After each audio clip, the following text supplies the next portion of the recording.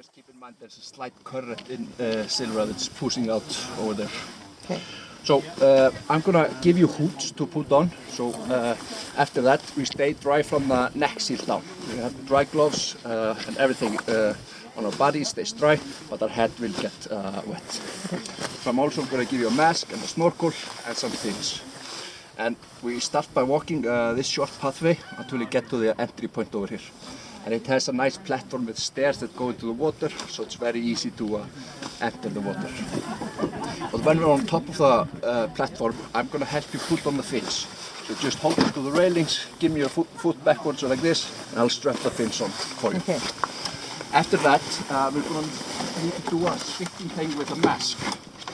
And this is very important because there's so much difference between the warmth of our face and the cold water, so it creates a little bit of a dense fog on the inside if you don't do this. So we're going to give the mask a real good spit in it and rub it all in. Then I will take the masks from you, rinse it in the water, bring it back to you, and we put the mask on our face. And I will make sure the hood seal is over the mask seal and it's properly fitted. So after that, try to have the mask on, because if you take it off, then you have to do this procedure again. Okay. So have you guys snorkeled before? Yes. All right. Okay. So it's just like if you get a little bit of water inside the mask, and it might be likely because you have a beard like me, and then you can just take the head out of the water and just lift the mask like this. It will just drain the water out. Sweet. And we are very buoyant in these dry suits. We float on the water just like balloons, so it's almost impossible to take a duck dive and dive down. And because we are so buoyant, it's very easy to get our head out of the water. So you never have to struggle to keep afloat or something. You can just pretty much float on the water and just drift away. But yeah, we will just be doing some mild spinning. Okay.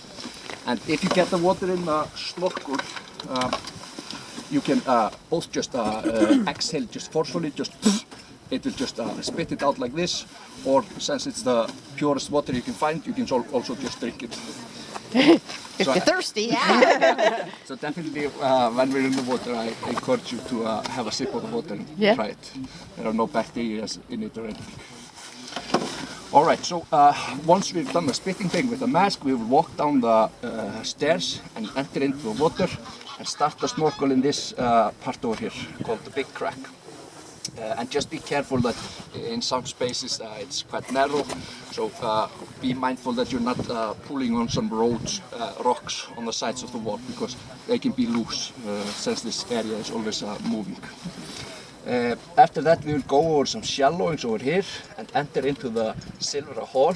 This is where the fissure widens and deepens, and it will also be the first time that we can see all the way out here without any walls blocking our view. So really just see how clear the water is. And it's really cool to see how what the difference is between the landscape, because when we're looking at it from the surface, it just looks like a small river, but when you look down, it's just like a completely new world down there. So we will get into the cathedral, which is the deepest open water part, 22 meters. And yeah, since the water is so clear, we can clearly see the bottom. And it's called the cathedral because it has these just huge walls along the sides of the wall, and it's just like walking into a big church. After that, there's a sand slope that goes almost all the way to the surface, and we will make a turn to the left after that. So that's going to be the only part where we make a turn off course. Everything else is just following the fissure along, but if we go too far over here, we will end up in the lake. So just be careful that you let me be in front, so we don't miss this turn over here. Because we have the current coming from Silva in this way, also some current over here, so we don't want to go past this area. Okay. So we'll make a turn here to the left and enter into the lagoon area over here. So once we're in the lagoon, I'm shortly just going to go to the exit point over here and wait for you guys. So you can explore the lagoon area here on your own for 5 or 7 minutes, or just come straight with me over here. You can explore this fissure over here and take a route in the lagoon. Just be careful that you don't want to go over some shallow area where you're just scratching the suit. and also be mindful of the plants, not destroying the algae.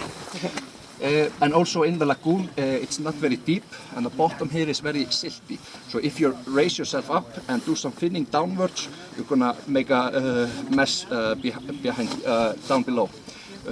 Most of the time we're just gonna be laying flat on our stomach like this. It's fine if you raise yourself up in the lagoon, just don't fin downwards. All right, so when you're ready, you just come to me, and I'll help you take off the fins. And then we walk this pathway over here back to the car, and I have some hot treats for us. Cool. All right. I'm excited, let's go.